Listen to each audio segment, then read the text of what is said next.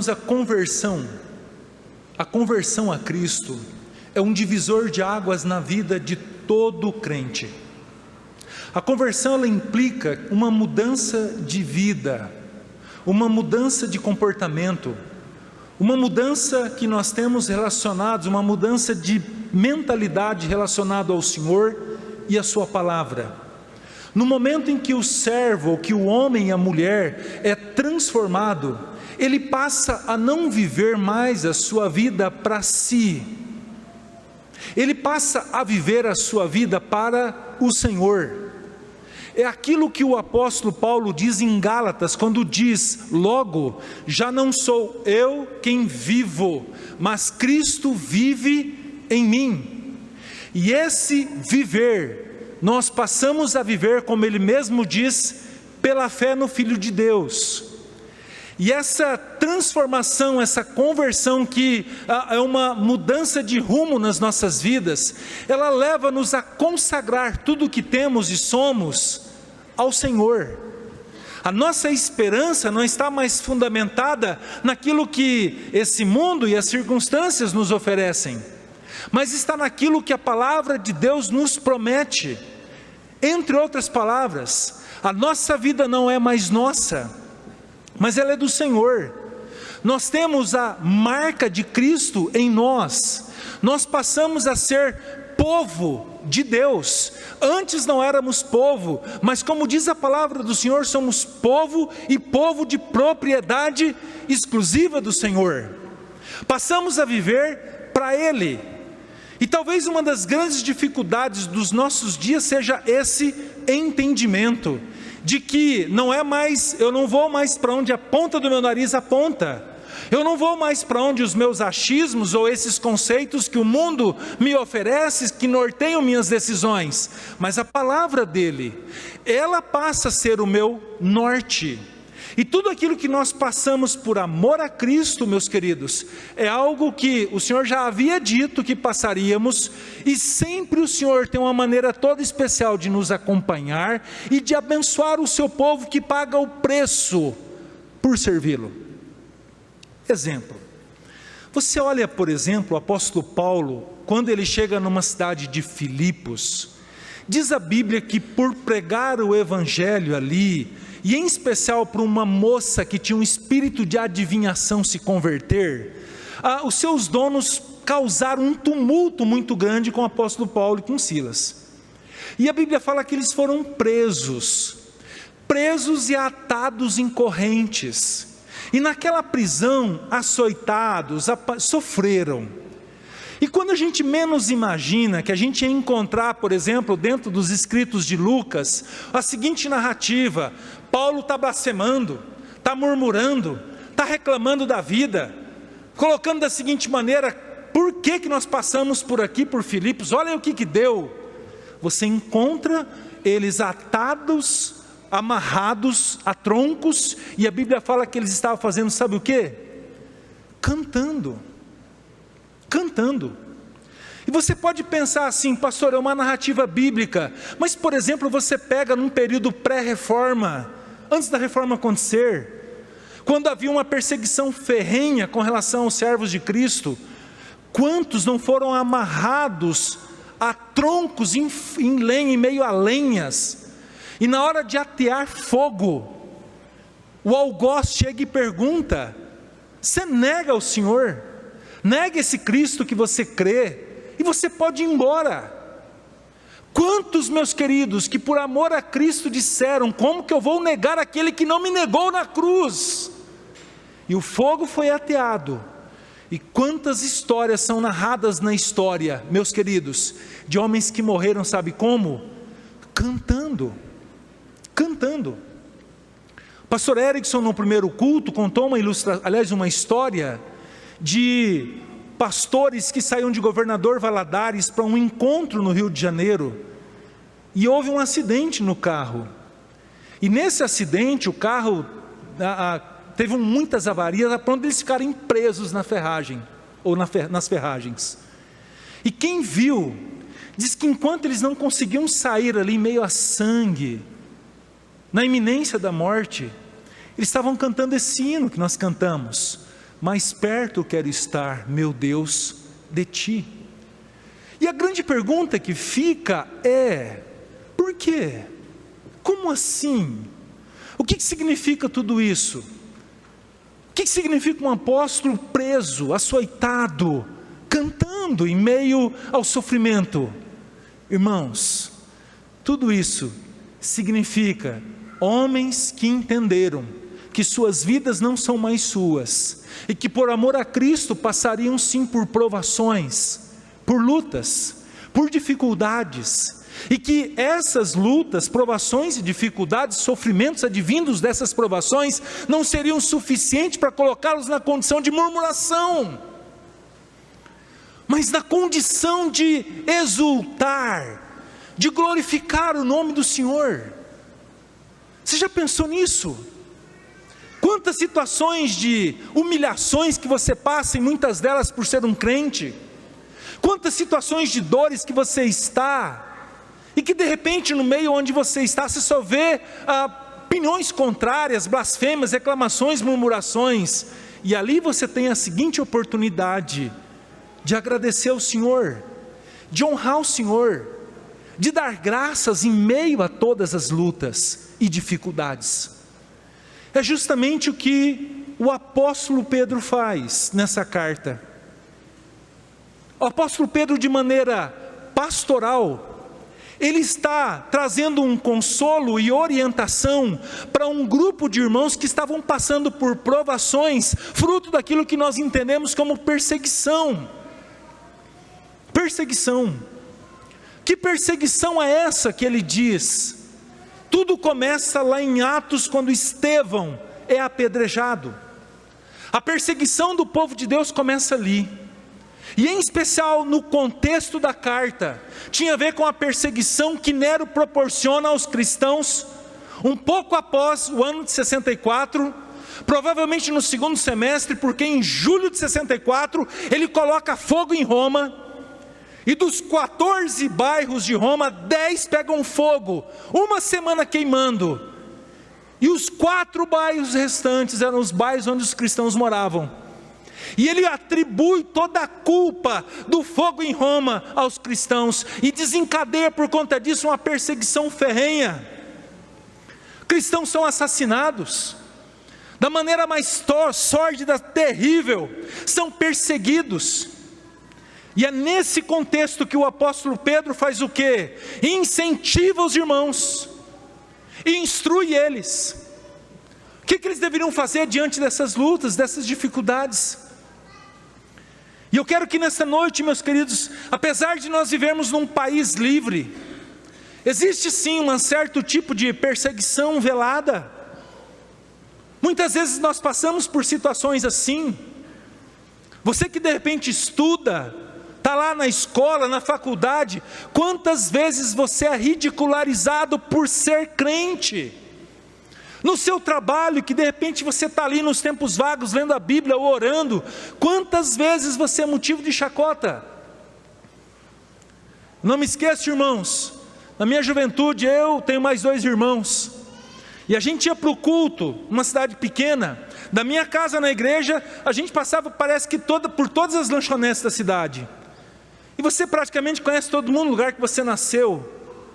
Quantas piadinhas a gente ouvia, meus irmãos, por ir para a igreja, com uma Bíblia debaixo do braço. Quantas vezes, quantas atitudes que a gente tinha que ouvir, de pessoas conhecidas, relacionadas a chacotear, ou colocar você numa condição de chacota, por causa do teu cristianismo.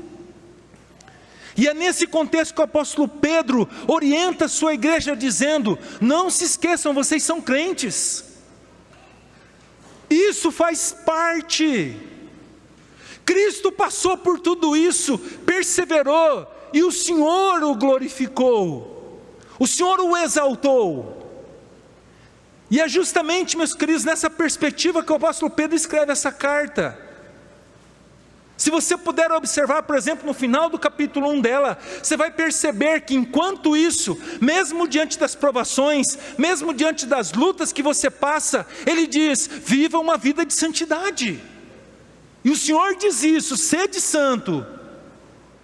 Entre outras palavras, no decorrer, Ele diz: olha, não sofra você como um bandido, como um malfeitor, ou alguma coisa dessa natureza, porque esse sofrimento é justo. Mas se sofrer como cristão, glorifique o nome do Senhor, dê bom testemunho. As autoridades que te perseguem, ore por elas. Atitudes que Ele pede para cada um de nós, em meio aos sofrimentos advindo de provações, frutos de lutas e dificuldades. E o apóstolo Pedro, então, eu peço aos irmãos que acompanhem comigo no início da carta. Num primeiro instante ele mostra quem ele é: Pedro, apóstolo. O apóstolo, meus queridos, é um separado com uma finalidade: falar em nome de Deus, escolhido pelo próprio Senhor Jesus Cristo. E diz a palavra de Deus que a carta que ele escreve, meus queridos, é para um grupo de pessoas que ele qualifica como eleitos. Eleitos que são forasteiros da dispersão. Num primeiro instante, ele qualifica numa questão espiritual, homens e mulheres, seres humanos que antes da fundação do mundo, tiveram seus nomes escritos no livro da vida. Homens e mulheres que o Senhor já conhecia. Homens e mulheres por quem Cristo morreu. Homens e mulheres que não era povo, como eu disse no início, e que se tornaram povo de Deus, povo de propriedade exclusiva de Deus, uma nação santa com propósitos. Esses são os eleitos numa condição espiritual. Mas num segundo instante, numa questão social, o apóstolo diz que eles eram não apenas eleitos, mas eles eram forasteiros. O que significa isso? Forasteiros, meus queridos, são irmãos, vamos dizer assim, que estão em certo sentido em um lugar, mas não são dali. Estão ali com um propósito, mas não pertencem àquele lugar. Cumprem uma missão. Forasteiros, trazendo para os nossos dias, para os irmãos entenderem, é mais ou menos como um vendedor de uma determinada região, e ele vai para lá, passa uma temporada lá, oferece seus produtos, faz suas vendas e volta para sua casa. Traz-nos essa ideia. É diferente, ou vamos dizer assim, um pouco mais profundo, quando ele diz no capítulo 2, verso 11, de não apenas forasteiros, mas peregrinos, quando ele qualifica os irmãos como sendo assim. Peregrinos são aqueles que moram num lugar, mas não são dali.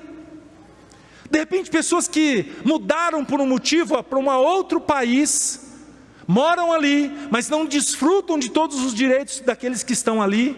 Muitas vezes são rejeitados por conta da sua cultura ou de ser de outro lugar. É mais ou menos como se fosse um refugiado. E o apóstolo Pedro fala isso para eles: vocês estão nesses lugares, e ele diz: lugares da Ásia Menor, Ponto, Ásia, Bitínia, Capadócia, Galácia, regiões que são qualificadas como norte, leste e oeste da Ásia Menor, porque para o sul foi onde o apóstolo Paulo foi pregar o evangelho. E esses irmãos que eram forasteiros, ele qualifica politicamente agora, se no primeiro instante espiritualmente são eleitos, socialmente são forasteiros, politicamente Pedro diz que eles são da dispersão. Dispersos por quê? Porque eles adoravam um Deus, meus queridos irmãos, que não era o Deus que os judeus no primeiro instante entendiam como tal. Jesus nunca foi aceito como o Filho de Deus, o Messias prometido. Mais do que isso, eles foram rejeitados e perseguidos porque eles não adoravam um Deus que era o imperador, meus queridos. Pega a história dos imperadores romanos. Todos queriam ser idolatrados como Deus. Usavam roupas, vestes talares. Gostavam de discursar e serem ovacionados como tais. Mas de repente lá no subúrbio do império, lá na Palestina, tinha um Deus que tinha sido crucificado, que era escândalo para os judeus. Um Deus que tinha, segundo as notícias que foram ouvidas no império, tinha ressuscitado, e era alvo da adoração, e milagres aconteciam por intermédio do nome dele. Isso era inadmissível para todos os imperadores. E o que eles fizeram? Perseguiam, matavam todos aqueles que se dobravam diante de Cristo. Por isso eles eram dispersos. Mas o apóstolo Pedro mostra que a eleição deles, e aqui ele vai falar de tudo aquilo que aconteceu através da sua conversão. Ele diz que essa eleição aconteceu segundo um conhecimento prévio de Deus, segundo a presciência de Deus Pai. E aqui ele dá ênfase à trindade nesse ato salvífico, mas também a salvação pode ser entendida como um processo, onde num segundo instante o Espírito de Deus, depois de nos convencer da necessidade de Cristo que nós temos, Ele também dá-nos toda a condição para vivermos uma vida de santidade. Era isso que o apóstolo Pedro esperava desses irmãos dispersos. Não era para eles murmurar, ou murmurarem, não era para eles atacarem um império, reclamando, dizendo, nós estamos nessa condição, nós estamos aqui perseguidos, esse governo miserável. Não era isso. Como eu disse, eles eram instruídos a darem bom testemunho de Cristo. Por exemplo, com relação ao imperador ou ao governo, orar por eles. Capítulo 3, por exemplo, ele diz, marido, viva a vida comum do lar com discernimento. Entre outras palavras, para com esse brigueiro. Que os seus vizinhos vejam no bom procedimento de vocês e glorifiquem o nome do Senhor. Não tenham um comportamento de assassino, de bandido, nada disso. Tenham um exemplar procedimento. Entre outras palavras, isso é vida de santidade. Quem procura ter vida santa no seu dia a dia, meus queridos, ele cuida com o seu falar, ele cuida com o seu pensar, ele vigia, ele cuida com relação ao seu comportamento. Eu poderia usar vários exemplos aqui, mas presta bastante atenção, irmãos, à reação que muitas vezes nós temos no trânsito.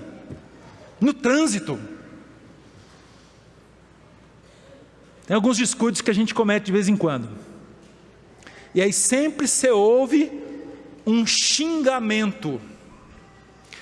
Como é difícil você abrir o vidro e falar assim, Deus te abençoe também.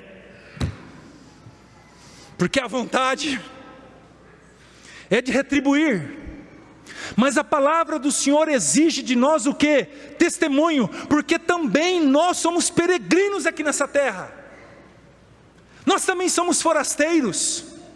Por mais que você esteja enterrando as suas raízes aqui neste mundo, por mais que você esteja pensando e planejando a sua vida para esse momento, saiba de uma coisa, a eternidade nós passamos no porvir. No porvir. E a pergunta que fica, nós temos nos preocupado com isso? Mas ele diz ainda, dentro dessa perspectiva salvífica, em obediência, aquele que lá na cruz aspergiu seu sangue para nos justificar. Aqui ele chega nesse clímax da consumação, na pessoa bendita de Cristo, da nossa salvação, e a sua saudação termina, graça e paz a vós outros. E eu gosto muito de uma explicação do pastor Hernandes, quando ele diz que graça pode ser entendido como uma árvore, e a paz como frutos dessa árvore. Essa é a saudação inicial dele. Mas observando em especial, meus queridos, para o texto, a partir do versículo 3 até o versículo de número 12, quero justamente chamar a atenção dos irmãos, para todos aqueles que passavam por provações. Num primeiro instante, Pedro diz, não se esqueçam, vocês são crentes. Crentes.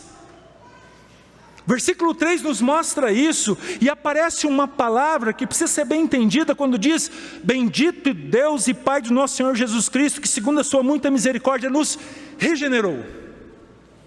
Ele fez uma obra no nosso coração, e a regeneração aqui tem o sentido de um novo nascimento.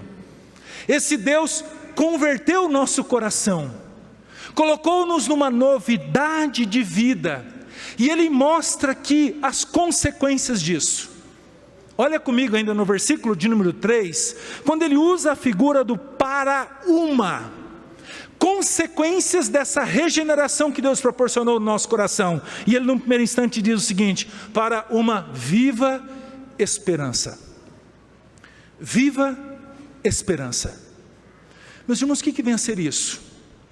A nossa viva esperança, ou a esperança que todos nós temos, é de que um dia, num determinado tempo, isso não pertence a nós estaremos com o Senhor no porvir. Viva esperança, e Ele mostra fundamentado em quem? No final do versículo 3, quando Ele diz assim: mediante a ressurreição de Jesus Cristo dentre os mortos. A nossa esperança não está fundamentada na conversa fiada, ou na conversa de qualquer pessoa, quem sabe até de um pastor. A nossa esperança está fundamentada em todas as notícias bíblicas, de que Jesus Cristo ressuscitou, e todo aquele que nele crê, ressuscitará também. Isso é motivo de exultação, de louvor ao nome do Senhor.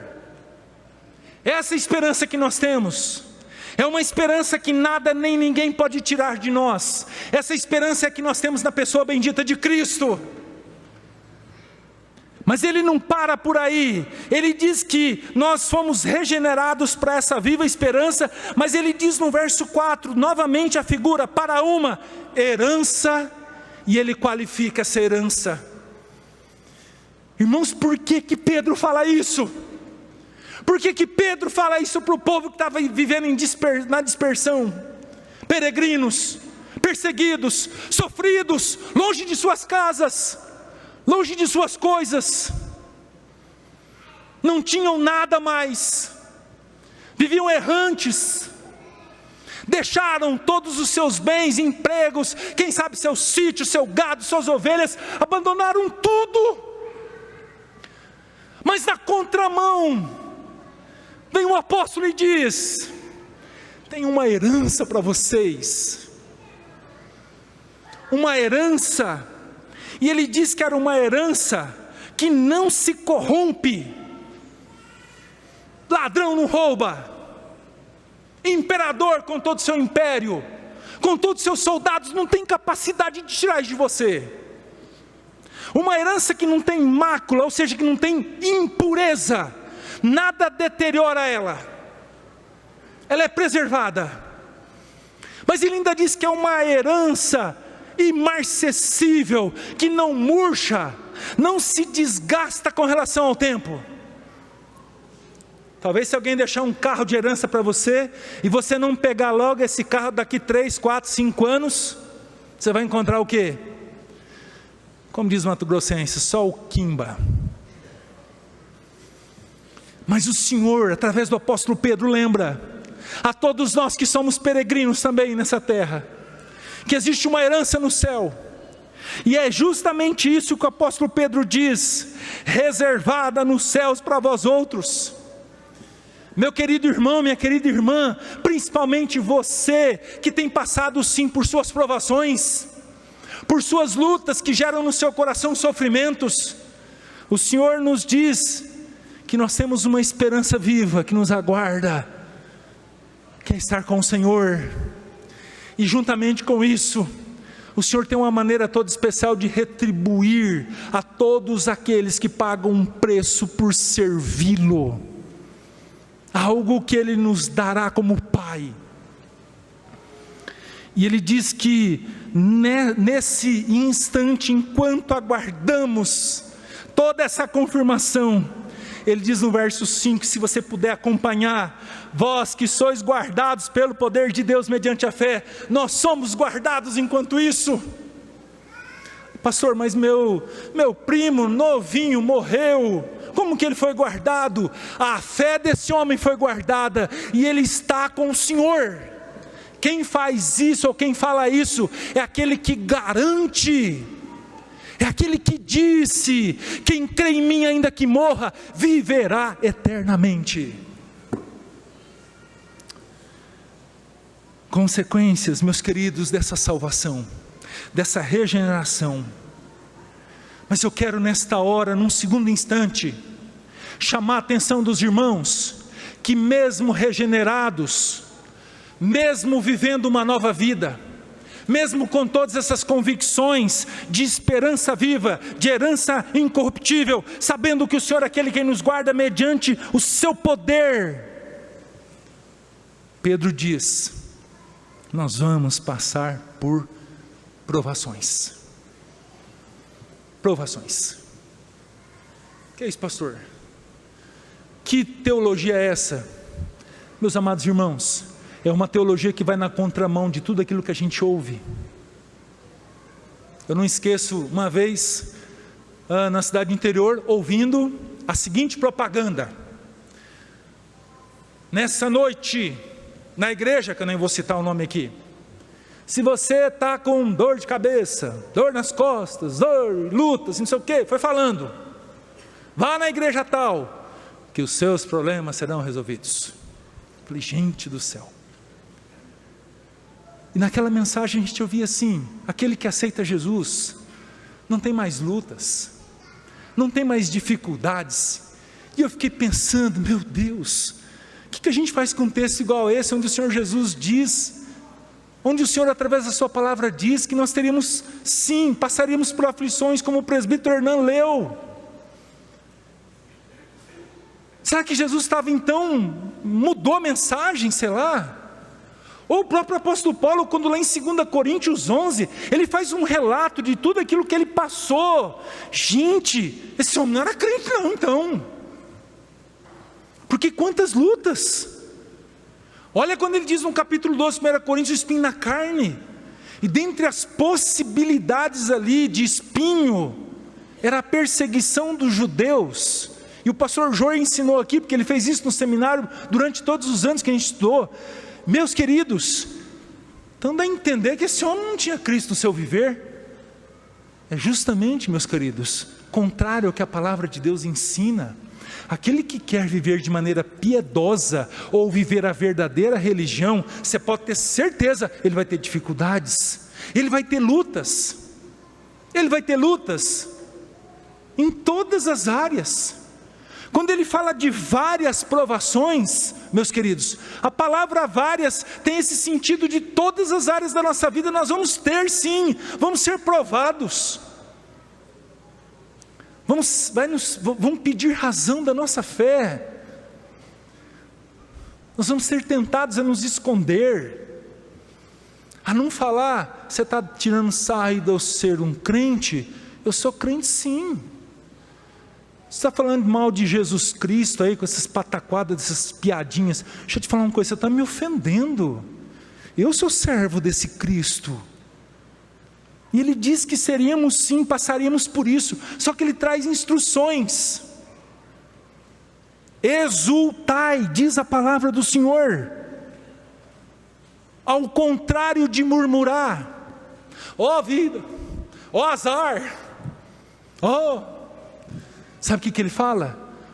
Ele fala para fazer igual o apóstolo Paulo, lá na cadeia de Filipos: louve,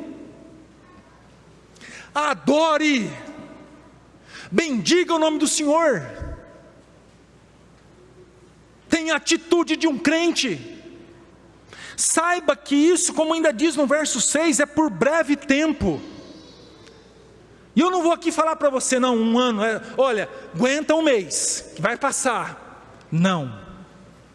Até porque, quando fala de tempo aqui, na língua original tem duas maneiras dos gregos se referirem a tempo. Um é cronos, daí a ideia da cronologia. Outro é kairos, da ideia do tempo de Deus. Um é esse tempo nosso, cronos. E o outro é o tempo do Senhor. E o que o apóstolo Pedro diz, breve tempo, ou seja, o seu sofrimento vai durar o tempo do Senhor. Não vamos aqui quantificar isso.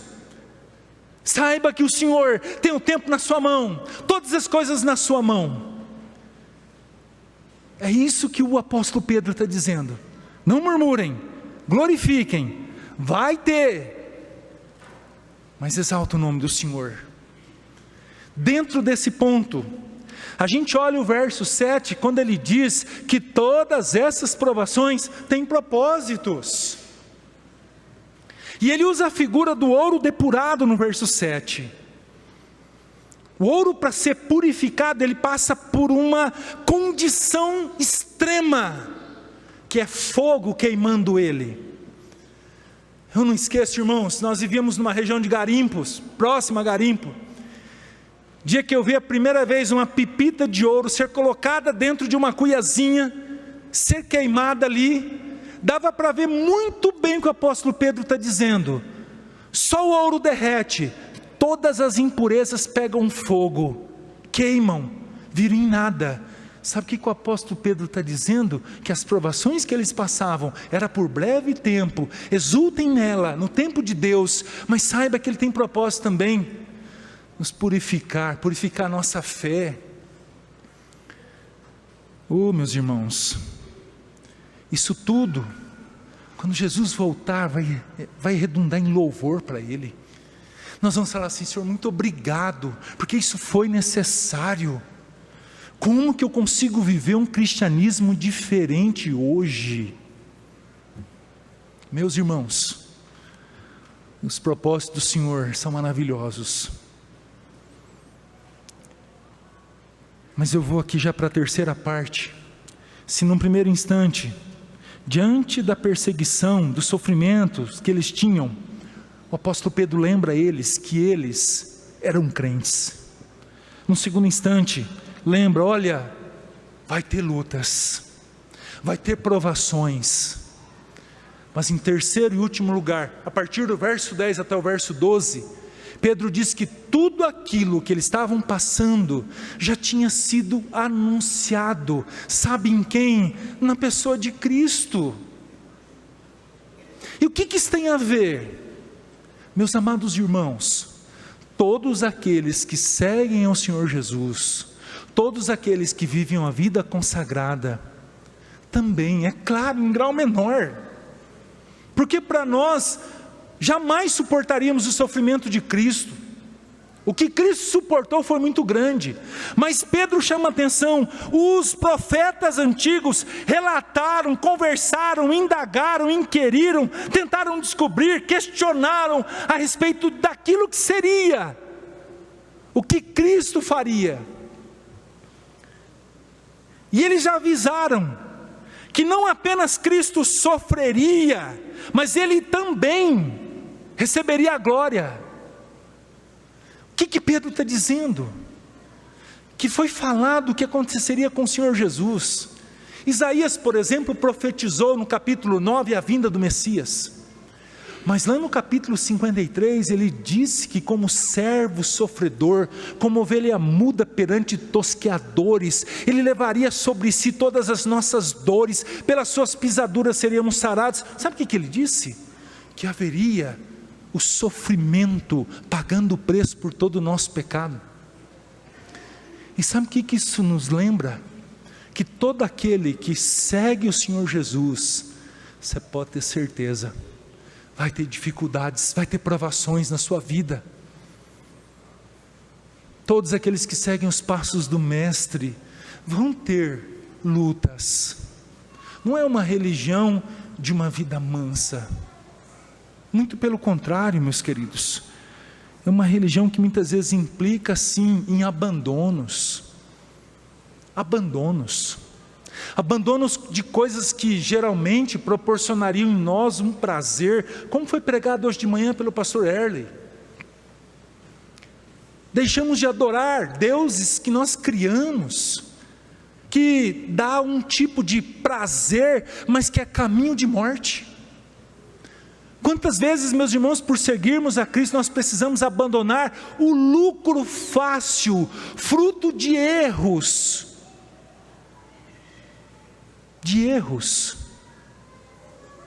Por amor a Cristo, nós temos que ser justos, abrir mão daquilo que não é nosso. Um exemplo disso, a Bíblia fala que quando Zaqueu se converte, na mesa que o Senhor Jesus estava, que ele se levanta e diz: resolvo dar aos pobres a metade dos meus bens, e em tudo aquilo que eu tenho defraudado, presta atenção na atitude de um homem, restituo 4 vezes mais. Irmãos, aquele homem ficou pobre,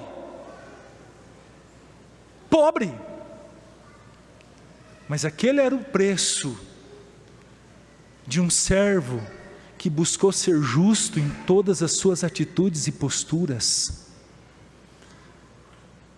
Cristo esvaziou-se de sua glória, assumiu forma humana e sofreu em nosso lugar. E certamente, meus queridos, aqueles que seguem o Senhor Jesus também vão ter suas lutas e dificuldades. Mas eu espero, em nome de Cristo, que você não se esqueça de uma coisa: que você é crente. Não se esqueça disso. Não se esqueça de onde você saiu, da onde o Senhor te tirou, do império das trevas. Não se esqueça que a esperança daquele que está no império das trevas é o inferno. Mas aquele que tem Cristo, sua esperança é o céu. A segunda conclusão: mesmo sabendo que haverá lutas, não se esqueça, como o próprio Senhor diz, nós somos guardados por Deus mediante a fé. Nada nem ninguém vai roubar o fundamento da nossa fé. Nada ninguém vai tirar, ninguém tira de nós isso. E terceira conclusão: as lutas vão existir, mas aquele que tem Cristo no seu viver vão ter vitórias. E a vitória vai ser a fala do Senhor Jesus dizendo: vinde benditos de meu Pai, para o reino que vos está preparado desde antes da fundação do mundo. Quando Ele disser, mesmo diante das lutas que você passou, você venceu. Essa é a fala que o apóstolo Pedro traz para aqueles irmãos que passavam pelas provações que eles passavam. Mas eu quero que você não se esqueça de um detalhe: o pano de fundo de tudo isso que estava acontecendo, meus queridos, era uma desobediência ao Senhor Jesus, quando Ele diz em Atos 1:8: mas recebereis poder ao descer sobre vós o meu Espírito, e sereis minhas testemunhas em Jerusalém, Judéia, Samaria e confins da terra. A ordem de Cristo não foi cumprida. O povo viveu em Jerusalém como se o Senhor não tivesse falado nada, aos pés dos apóstolos. Cada culto abençoado, pensa Pedrão pregando, apóstolo João na escola bíblica, culto de quarta-feira, Mateus. O povo não queria sair de Jerusalém, e o Senhor olha para aquela situação e fala: acho que eu vou repensar a ordem que eu dei. Fiquem só em Jerusalém, tá? Esquece Judéia, Samaria, confins da terra, tá? Fiquem aí, certo? Par condicionado, louvorzão da hora, coralzão, ó, filé. Deus olha e fala bem assim: vocês não vão por bem? Então vamos lá. Perseguição. A perseguição despertou aquele povo para a ordem que o Senhor tinha dado. E sabe para onde é que eles foram? Eles foram para a Ásia Menor. Eles foram para Antioquia. Eles foram. E sabe o que esse texto me chama a atenção também, meus queridos? A nossa vida, quando foi consagrada ao Senhor, quando nós chamamos Cristo de Senhor, nós declaramos que Ele é o dono da nossa vida. É Ele quem dirige os nossos passos. E deixa eu te dar uma notícia que talvez não vai te agradar. Você não foi convertido para juntar riquezas na face da terra e se esquecer do Senhor. Você foi convertido para ser uma testemunha viva, onde a planta dos seus pés pisarem. Sabe o que significa? Que você, ao chegar na sua casa, você é chamado para ser um pequeno Cristo no seu lar. Viver a vida de Cristo no seu lar. Amanhã no seu trabalho você é chamado Aliás, deixa eu te fazer uma colocação. Eu passei num concurso, pastor, olha, minha capacidade me levou. Deixa eu te falar uma coisa, dê glória ao Senhor, porque é Ele quem permitiu você estar lá dentro. E você sabe por que Ele permitiu você estar lá dentro? Para ser uma testemunha dEle, para aproveitar cada oportunidade. Por exemplo, o seu colega chega para você e fala bem assim: Zezinho, estou passando por uma luta. E muitas vezes, sabe qual que é a nossa reação? É assim mesmo, esse governo miserável aí. Não, quando alguém chega para você e fala assim: estou passando por uma luta, aquele é o clique para você falar, sabe o que? Chega cá, vamos conversar mais um pouco. Como diz o mineiro, vamos ter uma prosa de pé de ouvido? Deixa eu te falar uma coisa, conta um pouquinho dessa sua história, desse seu sofrimento. Se interesse. E qual que é o final? Quero te falar de um Deus que nos fortalece diante de todos os sofrimentos. Quero orar pela tua vida. Aproveita sim as oportunidades. Quantas pessoas, colegas de serviço, falam assim: minha vida conjugal está uma miséria. E muita coisa se ouve no seguinte sentido: separa, rapaz, arruma outra, larga a mão disso. Mas na contramão disso, o Senhor vem e fala o quê? Talvez está na hora de você mudar o seu comportamento. Talvez está na hora de você ter uma atitude diferente à luz da palavra do Senhor. Não está na hora de você orar com e por a pessoa que Deus colocou na sua vida? É isso, meus irmãos. Deus permite esses lugares para que a gente seja testemunha deles. E quando a gente não cumpre isso, sabe o que acontece?